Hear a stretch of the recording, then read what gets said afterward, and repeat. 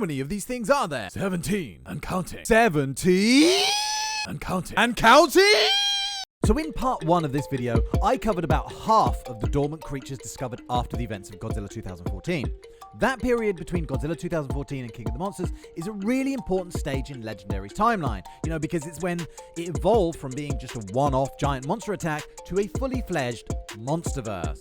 Make sure you hit the like button if you're looking forward to seeing more Godzilla in the Apple Plus series, and make sure you watch all the way to the end of this video because I'm going to talk about a wildcard creature that I just found out about. One that's not one of the main cast, not one of the 17 dormant ones, something else entirely, and if it is featured in the series, could be pretty damn exciting. And if you're thinking, oh, it's the Mega Gojira or Space Godzilla or whatever you want to call it, it isn't. Try and guess. Go on, try and guess what it is. Well, Dangerville just done a video on it, so... Oh, for fuck's sake. Thunder Stolen. I'll steal the thunder right out of your ass! Oh, no, that doesn't sound... But anyway, back to the dormant creatures. Let's start with old favorite Titanus Rodan on Isla de Mara in Mexico. Rodan is of course well known and well loved, so I won't go over the absolute basics, but let's just say that Monsterverse Rodan is a titan forged in fire. Known as the fire demon or the one born in fire throughout the volcanic regions, Rodan's skin is not made of rock, but does have an outer layer of sharp volcanic sediment collected from centuries of dormancy. It's theorized that its skin may be an evolutionary trait developed as a form of camouflage against mountains or large rock formations. Rodan possesses an internal volcanic combustion system, causing him to radiate heat, the temperature of which can reach up to 1200 degrees. Hot! As a result, Rodan's external body temperature is life-threateningly hot upon close contact. Do not cuddle this motherfucker. To the point that he was able to use it during his skirmish with Mothra to slowly burn the latter to near death. Do you remember when Mothra stabbed Rodan and those little sparks came flying out? That's what I'm talking about. Fire inside.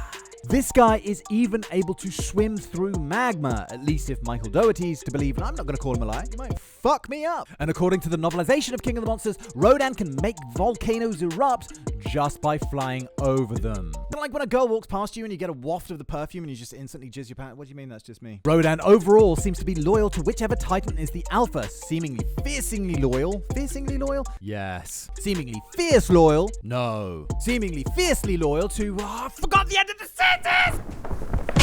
Take that, God! Telling me what to do all the time. Seemingly fiercely loyal to Ghidorah after his alpha call, and then the first to bow down to Godzilla after Ghidorah's defeat. But let's move on to Devil's Tower and Titanus Sargon. Not a lot is known about Sargon, but the fact that Sargon is the name of a character in one of the Scorpion King movies has set tongues wagging about whether this could be a scorpion-type kaiju. In history, it was also the name of an ancient king called Sargon of Akkad, who may be the first person in recorded history to unite and rule over an empire. There's also a beetle named Sargon, but honestly, it doesn't really have that many distinguishing features. It's, very beetle-like. Let's move on to Sedona, Arizona, and Titanus Scylla. One that we do know a little bit more about, since it was featured in Dominion and also briefly in King of the Monsters, is Titanus Scylla, whose name is derived from a figure from Homer's Odyssey, a supernatural female creature with 12 feet and 6 heads on long, snaky necks, each head having a triple row of shark-like teeth, with her loins girdled by the heads of baying dogs. Oh my god, what a mess! Imagine having your loins girdled by baying dogs. How do baying dogs girdle somebody's loins? So many questions. Anyway, from her lair in a cave, she devoured whatever ventured within reach, including 6 of Odysseus' companions. This thing was also portrayed in God of War Ghosts of Sparta, where Kratos journeyed to Atlantis, and it served as Atlantis' protector. Titanus Scylla is a scavenger with a biological imperative to feed on the carcasses of dead titans and process their nutrients into a deadly bacteria that can poison water sources. Although at the end of King of the Monsters, it's shown that Scylla is having a positive impact on the environment by emitting enough liquid nitrogen to slow down the melting of ice in Antarctica and stabilize the world's sea levels. Thanks, Scylla! It has the ability to abandon its shell and burrow into a rock face, or use cobbled together parts of sunken battleships and broken junk as replacement exoskeletal armor until she can grow a new one to protect its tender innards and muscle tissues and treasures. Archaeological evidence has been discovered that connects Scylla to Easter Island, with analysis suggesting that the mysterious statues that guard the shores may have been erected by ancients as megalithic scarecrows to keep it away. Like Rodan, it's another Titan that seems very strict on obeying the hierarchy of the Titans, as we see here it bowing to Godzilla once Ghidorah is defeated. I'll just do what they tell me to do. Up next, in Outpost 53, under the Stone Mountain in Georgia, is Titanus Tiamat. Again, we know a bit more about Tiamat because it was featured in Dominion, but because Dominion was almost treated like a nature documentary almost, there weren't any human characters in there to give us any input, so much of this creature is still shrouded in mystery. Its name comes from an ancient Mesopotamian goddess of the sea, symbol of the chaos of primordial creation. Titanus Tiamat is an amphibious serpent-type creature that's pretty vibrant as far as Titans go, being bright purple and blue with burning yellow eyes, who, according to Drew Edward Johnson, has abilities akin to waterbending, being able to create waterspouts and maelstroms, and, with its mind, I guess? It's thought that this thing was at least powerful enough to kill the Kong in Godzilla's old lair, but I'm not sure if that was ever confirmed, that it was the Tiamat that did this. But regardless, it's resoundingly defeated by Godzilla, who stomps on its head. It can create whirlpools and can belch toxic vapor, which can blind and disorient opponents, as well as constrict around its prey, with its razor-sharp scales cutting into its flesh. Achtung! Is that how you pronounce it? Achtung! That's better. Then in Peru, under Machu Picchu, resides Titanus... Quetzalcoatl? Traditionally another deity from ancient Mesoamerican culture, it's a feathered serpent who contributed to the creation of mankind. It appeared in the Godzilla animated series where it kind of looked like a deranged turkey, if you ask me, like with these googly, boggly eyes, but it could fly and breathe fire. And was defeated when Zilla sealed it into a volcano. It's said that this guy has silicon armor made up of scales that can withstand temps of 2,000 degrees Fahrenheit, the same temperature as lava, which may even be able to withstand Godzilla's atomic breath. Then, in Brazil, we have Titanus Behemoth, which attacked the city of Rio after being awoken by Ghidorah's alpha call. It was then seen again in the early passages of Dominion, where it had established its own domain in the Amazon rainforest before being attacked by Amhuluk, who I discussed in part 1 of this video. If you haven't seen that yet, what are you doing here? Go check that one out. But seriously though, if you don't know about Amhuluk, go check it out. It's a weird one. Godzilla intervened and the rest is history. But the fight left Behemoth with a broken tusk, which, due to some of his abilities and properties that I'll get to in a bit, started regenerating almost immediately. So Behemoth is a mammoth-type titan who has been described as a giant sloth, or sloth, however you want to pronounce that, but with mammoth tusks, and has been described as bioseismic, which... not sure what that means, to be honest. I get that Rodan is biovolcanic. That means he's like a living creature, but also like a volcano. Whereas Behemoth is like a living creature, but also like an earthquake. Shakes around a lot, I guess. It's generally a gentle giant who seems to sort of plod around, just minding his own business and looking for food until someone pisses him off, that is. And it's said that Behemoth has more of a protector role than other titans, being a herbivore and just generally nice. He's just nice, isn't he, with the radiation he emits able to restore the jungles around him. Thanks, Behemoth!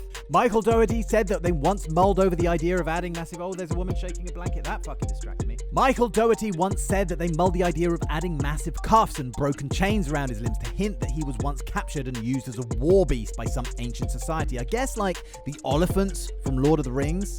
They were called Oliphants, weren't they? Were they? Yes. Thanks God. You're cool. Behemoth almost had an appearance in GVK too, and did make it into the toy line, but they decided against putting him into the actual movie. Boo. Yeah, we like Behemoth, just because he's nice. He's just so nice. In the King of the Monsters novelization, Monarch tried to fight Behemoth by blasting him with blue fire. What do you think you're doing? He's so nice. Which apparently didn't even harm him, just annoyed him to the point where he smushed up a bunch of soldiers. That's what you get. Then on Skull Island, you know who it is. Titanus Kong. What is there to say about Kong that hasn't been said already? Growing from 104 feet tall in Kong Skull Island to 337 feet by the time of GVK.